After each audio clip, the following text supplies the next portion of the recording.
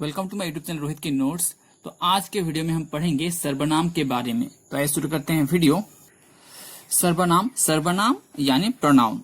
तो इसका डेफिनेशन देखिए कुछ इस तरह का है। संज्ञा के स्थान पर प्रयोग होने वाले शब्द को सर्वनाम कहते हैं। तो जो शब्द संज्ञा के स्थान पर हम प्रयोग करते हैं उन्हें सर्वनाम कहा जाता है। तो कुछ सर्वनाम ऐसे हैं जिन्हें हम एकवचन में प्रयोग करते हैं और कुछ सर्वनाम ऐसे हैं जिन्हें हम बहुवचन में प्रयोग करते हैं। तो एकवचन में प्रयोग होने वाले सर्वनाम देखिए, वह, या, उसने, मैं, मेरा, मैंने, मुझे, इसका, उसका, तू, तुझे, तेरा। और बहुवचन में प्रयोग होने वाले सर्वनाम हैं वे, ये, उन्होंने, उसने, हम, हमारा, हमसे, हमें, इनका, उनका, उसने, आप, आपका, आपको। तो ये जो है बहुवचन में प्रयोग होते हैं और ये जो है एकवचन में प्रयोग होते हैं। दोनों ही सर्वनाम हैं। तो सर्वनाम के कितने भेद होते हैं? सर्वनाम के 6 भेद होते हैं। तो सर्वनाम के 6 भेद होते हैं, याद रख लीजिए। कभी कभी हमें पूछ देते हैं कि सर्वनाम के कितने भेद होते हैं। तो सर्वनाम के 6 भेद होते हैं। उनमें से सबसे पहला क्या है? पुरुषवाचक सर्वनाम। पुरुषवाचक सर्वनाम को पर्सनल प्रोनाउन बोलते हैं। तो इसका डेफिनेशन देखिए, वे सर्वनाम शब्द जो सुनने वाले, बोलने वाले या किसी अन्य व्यक्ति के लिए प्रयोग होते हैं उन्हें पुरुषवाचक सर्वनाम कहते हैं। तो आप देखिए, अब डेफिनेशन पढ़ेंगे तो थोड़ा कुछ कंफ्यूजन लगेगा आपको। आप जब इसका एग्जाम्पल देखेंगे तो आसानी से समझ जाएंगे। तो आइए देखते हैं क्या इसका एग्जाम्पल। देखिए, पुरुषवाचक सर्वनाम फिर 3 प्रकार के होते हैं। तो पहला होता है पुरुषवाचक सर्वनाम को, जिस तरह से हम सर्वनाम को 6 पार्ट्स में भाग कर सकते हैं, तो 6 टाइप के होते हैं सर्वनाम। इसी तरह से पुरुषवाचक सर्वनाम क्या है? पुरुषवाचक सर्वनाम को भी हम 3 भाग में भाग कर सकते हैं। तो देखिए, पहला क्या है? उत्तम पुरुष। तो उत्तम पुरुष को क्या बोलते हैं? First person. तो उत्तम पुरुष के अंदर पे क्या आएगा? मैं, हम, मेरा, मुझे, हमें। तो मध्यम पुरुष के अंदर पे क्या आएगा? मध्यम पुरुष को सेकंड पर्सन बोलते हैं। मध्यम पुरुष के अंदर पे क्या आएगा? तुम, तू, आप, तुमने। और अन्य पुरुष के अंदर पे क्या आएगा? Third person. अन्य पुरुष को थर्ड पर्सन बोलते हैं। उसके अंदर पे क्या आएगा? उसने, उन्हें, उसे, उन्हें, वह, वे, उसने। तो ये थोड़ा सा वीडियो में कवर नहीं होता, मैंने फिर से दिखा दिया है। अन्य पुरुष के अंदर क्या आएगा? Third person. उसे, उन्हें, वह, वे, उसे, उसने, तो इन शॉर्टली पुरुषवाचक सर्वनाम क्या है? जब 2 आदमी बात करते हैं, सपोज राम और रहीम बात कर रहे हैं। राम और रहीम जब बात करेंगे तो एक दूसरे के लिए जो वर्ड यूज करेंगे वो भी पुरुषवाचक सर्वनाम के अंडर पे आएगा। और अगर राम और रहीम अगर मदन के बारे में बात कर रहे हैं तो तब जो वर्ड यूज करेंगे सारा वर्ड पुरुषवाचक सर्वनाम के अंडर पे आ जाएगा। मतलब कि इन शॉर्ट क्या है? मैं, हम, मेरा, मुझे, हमें, तुम, तू, आप, तुमने, उसे, उन्हें, वह, वे, उसने। ये सारे क्या है? पुरुषवाचक सर्वनाम के एग्जाम्पल हैं। ठीक है। अब जहां भी ये सब वर्ड देखोगे डायरेक्ट आप लिख देना कि ये पुरुषवाचक सर्वनाम है। ठीक है। तो आइए पढ़ते हैं नेक्स्ट क्या है इसका टाइप। तो सर्वनाम का जो दूसरा टाइप है वो है निश्चयवाचक सर्वनाम यानी डेफिनेट प्रोनाउन।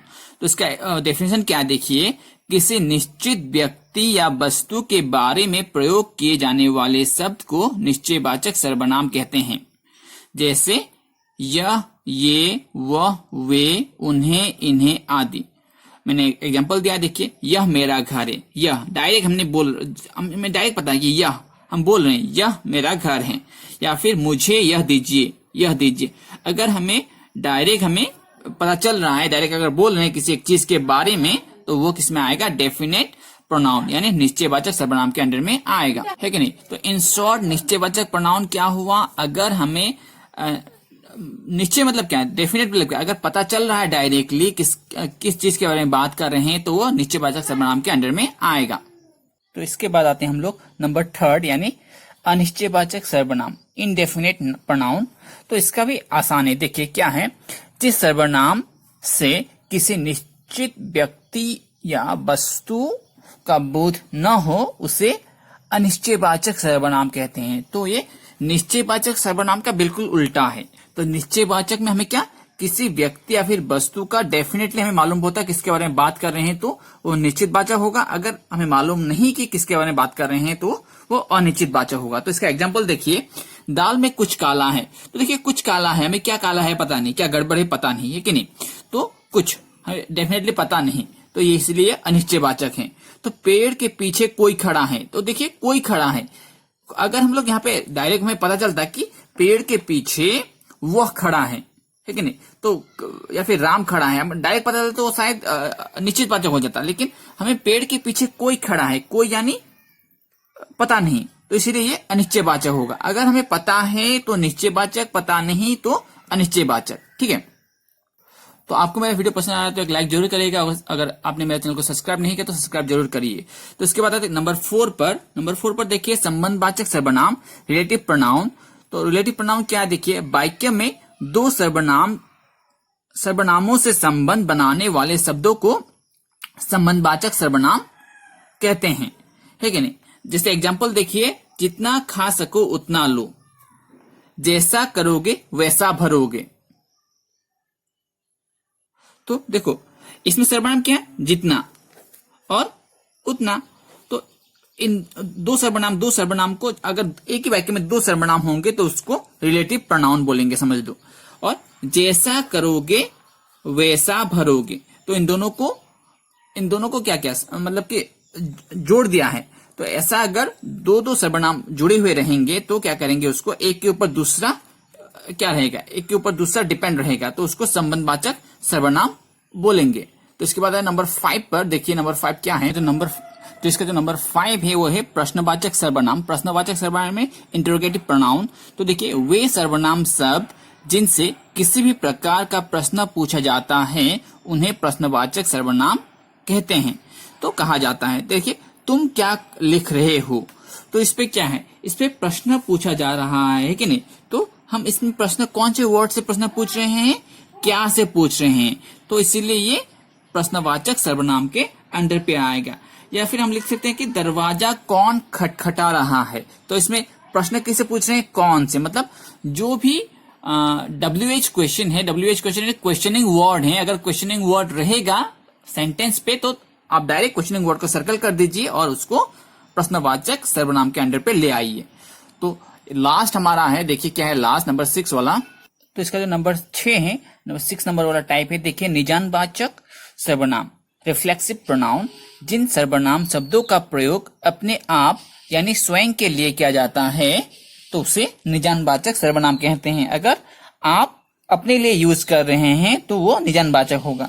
तो देखिए मैं अपना गृह कार्य स्वयं कर लूंगा, तो यहाँ पे क्या है, अपने बारे में बोल रहे हैं कि मैं अपना काम खुद कर लूंगा, तो ये निजानवाचक सर्वनाम के अंडर पे आएगा। तो इसके बाद आइए देखते हैं क्या है एक्सरसाइज के क्वेश्चंस।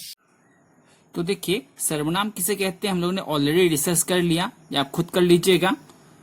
सर्वनाम के कितने भेद होते हैं उनके नाम लिखो, ये भी हम लोग कर लिया। सर्वनाम के 6 भेद होते हैं, 6 भेदों के बारे में हम लोग पढ़ लिया, ये भी खुद कर पाएंगे आप लोग। इसके बाद देखिए पुरुषवाचक सर्वनाम किसे कहते हैं, उदाहरण सहित लिखिए, ये भी हम लोगों ने कर लिया, आप स्वयं कर पाएंगे। तो इसके बाद देखिए क्वेश्चन नंबर 2 में क्या है, हमें जो सेंटेंस दिया गया है वो सही या गलत हमें लिखना है।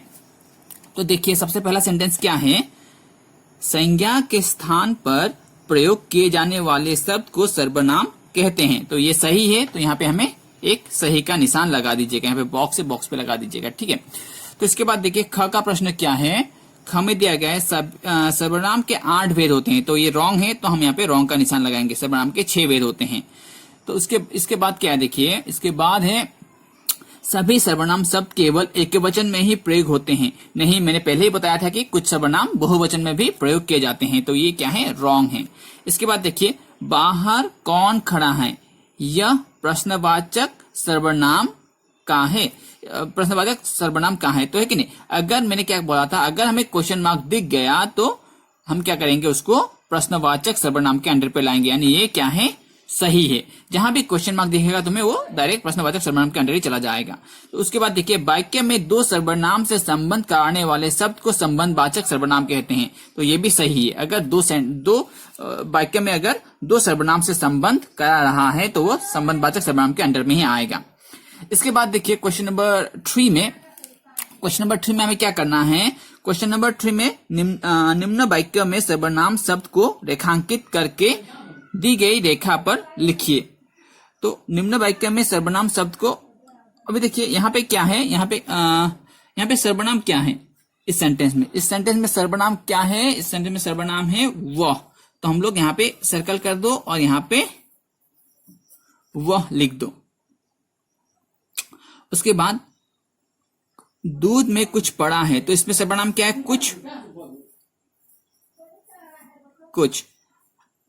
उसने काम पूरा कर लिया, तो ये उसने है, तो यहां पे हम लोग उसने लिख देंगे। तुम कहां जा रहे हो, तो यहां पे क्या है, तुम होगा, हम लोग यहां पे तुम लिख देंगे। उसके बाद वे सगे भाई हैं, तो इसमें क्या है, वे सर्वनाम है। हो गया। तो क्वेश्चन नंबर 4 में हमें क्या कहा गया है, देखिए क्वेश्चन नंबर 4 में हमें कौन सा सर्वनाम में लिखना है। सर्वनाम किसके स्थान पर प्रयुक्त होता है, तो सर्वनाम संज्ञा के स्थान पर हम इस्तेमाल करते हैं। प्रश्न पूछने के लिए कौन सा सर्वनाम, प्रश्न पूछने के लिए प्रश्नवाचक, बहुत ही आसान है कि नहीं। सर्वनाम के कितने भेद होते हैं, मैंने पहले भी कहा था सर्वनाम के कितने भेद होते हैं, 6 भेद होते हैं।